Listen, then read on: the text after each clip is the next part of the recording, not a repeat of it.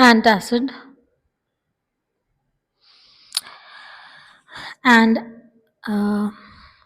anesthetics, antihistamines। अब 3 और classes देखते हैं, एंटासिड, एनेस्थेटिक्स और एंटीहिस्टामिन्स।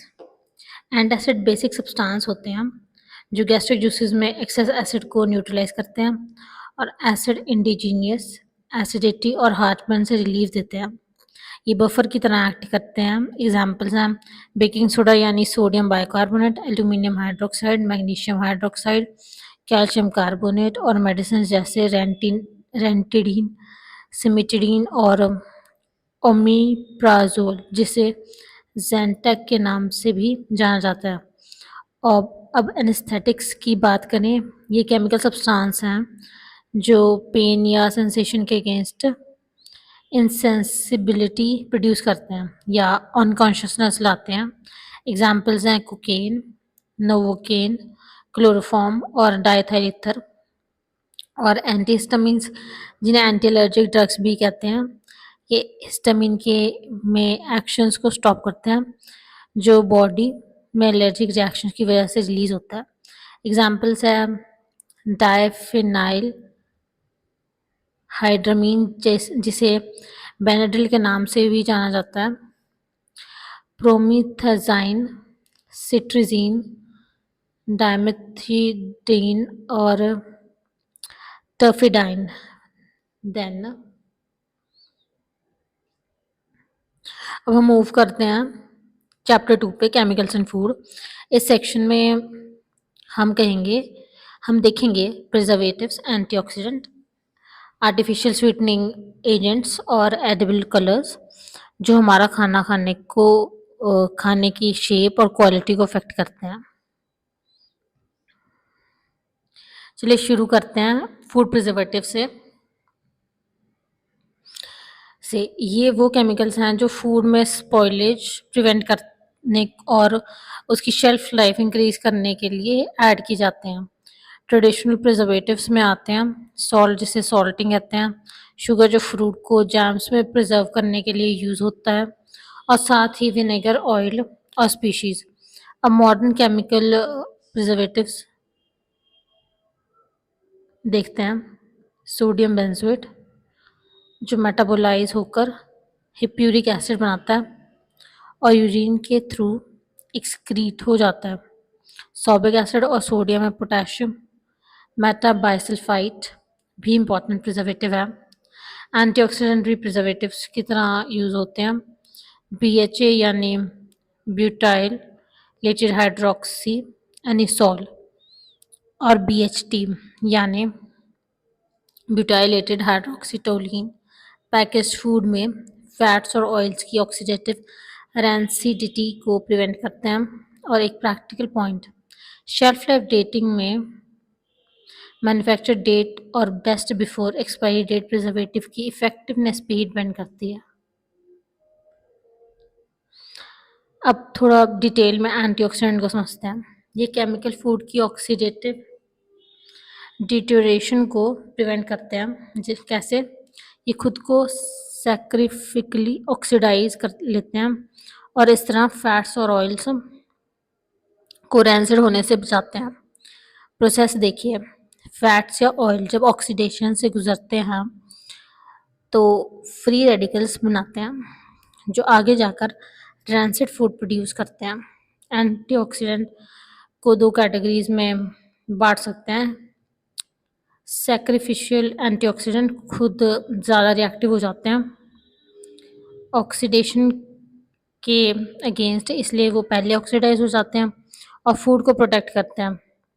एग्जाम्पल है स्कॉबिक एसिड यानी विटामिन सी, टोकोफेरॉल यानी विटामिन ई और SO2 सोडियम या पोटेशियम डाइसल्फाइड या सल्फाइड। दूसरी कैटेगरी है सिंथेटिक फूड ग्रेड एंटीऑक्सीडेंट जो डायरेक्टली फैट या ऑयल वाले पैकेज्ड फूड में ऐड किए जाते हैं शेल्फ लाइफ बढ़ाने के लिए। एग्जाम्पल है BHA यानी ब्यूटाइलेटेड हाइड्रोक्सी एनिसोल और BHT यानी ब्यूटाइलेटेड हाइड्रोक्सी टोलिन। अब देखते हैं आर्टिफिशियल स्वीटनिंग एजेंट्स। पहले एक बेसिक कॉन्सेप्ट क्लियर करते हैं। डी शुगर्स जैसे कि डी ग्लूकोज स्वीट होते हैं और एनर्जी भी देते हैं, लेकिन एल शुगर्स स्वीट होते तो हैं पर मेटाबोलाइज नहीं होते, इसलिए ये बॉडी को एनर्जी नहीं देते और यूरिन के थ्रू एक्सक्रीट हो जाते हैं। आर्टिफिशियल स्वीटनर से इनसे अलग है क्योंकि ये पूरी तरह सिंथेटिक होते हैं। अब इस टेबल को ध्यान से देखिए। सैकराइन सुक्रोज सैकराइन सुक्रोज से लगभग 550 गुना ज़्यादा मीठा है और ये फर्स्ट डिस्कवर्ड आर्टिफिशियल स्वीटनर था। अस्पार्टेम सुक्रोज से लगभग 100 गुना ज़्यादा मीठा है, लेकिन कुकिंग टेम्परेचर पे अनस्टेबल हो जाता है, इसीलिए ये कोल्ड फूड और ड्रिंक्स के लिए बेस्ट है। एलिटेम एक हाई इंटेंसिटी स्वीटनर है जो अस्पार्टेम से ज़्यादा स्टेबल होता है। सुक्रालोज सुक्रोज से लगभग 600 गुना ज़्यादा मीठा है और ये सुक्रोज का ट्राइक्लोरो डेरिवेटिव है जो कुकिंग टेम्परेचर पे भी स्टेबल रहता है। और कैल्शियम साइक्लमेट एक कैलोरी फ्री स्वीटनर है, लेकिन ये कैंसर सस्पेक्ट माना जाता है और कई कंट्रीज में बैंड है। एक क्विक एनर्जी चेक भी याद रखिए। शुगर का एक स्पून रफली 5 ग्राम्स होता है जो लगभग 10 कैलोरी देता है, जबकि आर्टिफिशियल स्वीटनर वर्चुअली 0 कैलोरी में स्वीटनेस प्रोवाइड करता है।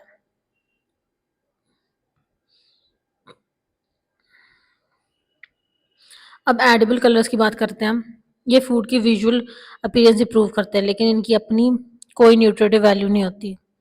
ये दो टाइप्स में होते हैं। नेचुरल कलर्स में आते हैं बीटरूट, सैफरन और कैरोटीन। और सिंथेटिक कलर्स की बात करें तो इनमें मेन कैटेगरी है एजोडाइज जैसे टेट्रोजीन, जिसे कई स्टडीज में कैंसर सस्पेक्ट फ्लैग किया गया है, जिनसे सिंथेटिक फूड कलरेंट की स्क्रूटनी बढ़ा दी है। नेक्स्ट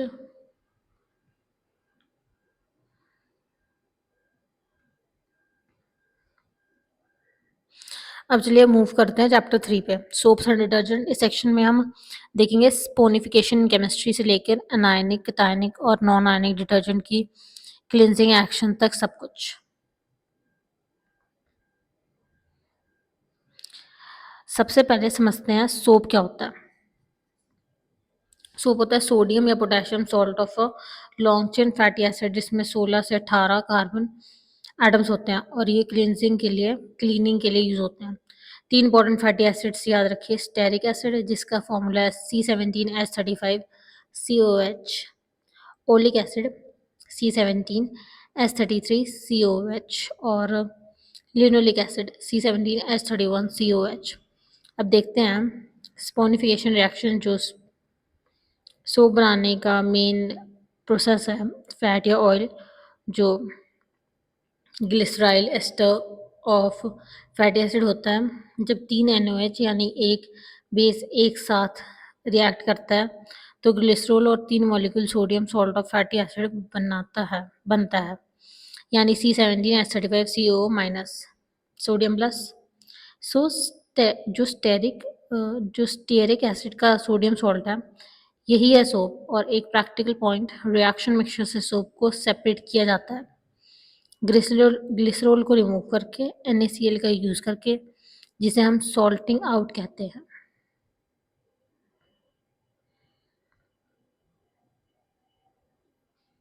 अब सोप के डिफरेंट टाइप्स देखते हैं।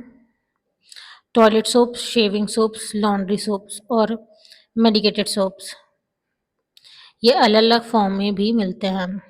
Soap flakes, soap powders, soap chips और सोप ग्रैन्यूल्स। सोप के एडवांटेजेस भी याद रखिए।